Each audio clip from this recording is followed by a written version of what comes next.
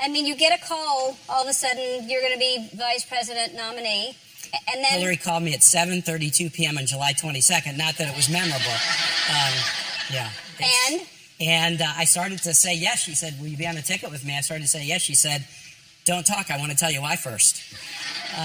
And she just basically said, look, if I'm president, the measure of the administration will be, can we do things that affect people in their daily lives, not a bill signing, not a passage, but affect people in their daily lives? And she said, you've been a missionary and a civil rights lawyer and a mayor and a governor. I think you'll help me measure what we do by the effect that it makes. So obviously it was deeply humbling. And I've been in politics 22 years. I've always had strong women supporting me, especially my wife and so many others. And to be able to support a strong woman to make history, I'm really excited about it.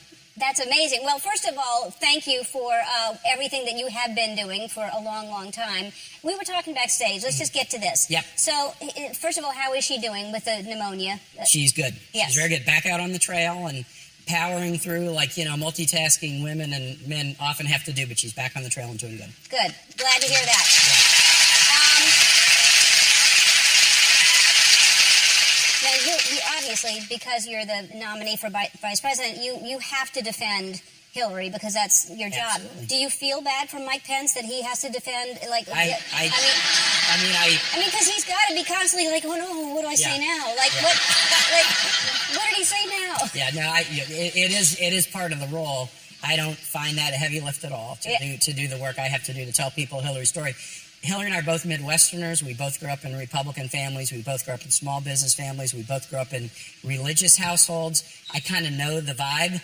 I know that, for example, for her, it's not easy for her to talk about herself. That's just not the way we were raised, but it's easier for me to talk about her. So that's something that I like to do, is to tell stories about things she's done that really show who she is as a person and the kind of president she'll be. Yeah, and you're doing a great job. And I mean, I'm thrilled that you're our nominee, and I just think you're a great guy and a pretty good ping pong player.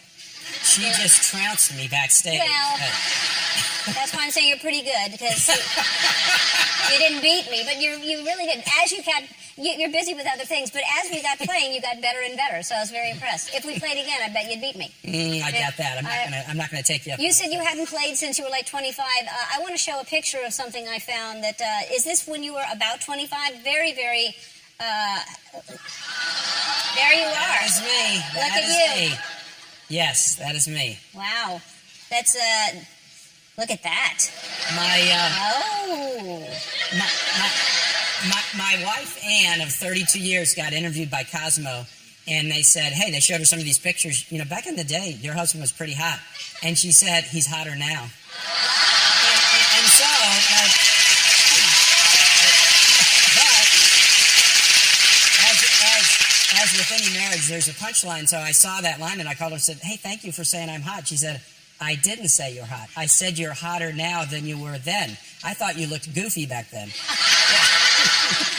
I think you look good then, and you look good now. Well, thank you for being here. I know you play harmonica. You're on the road. You must have some free time. You're not playing ping pong. I know that. So I got you a harmonica with my name on it. So you can think of me. You can play it. Yeah.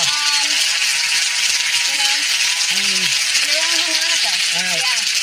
Well, I actually have one. Can I play you one song as I leave? I would love that. And, just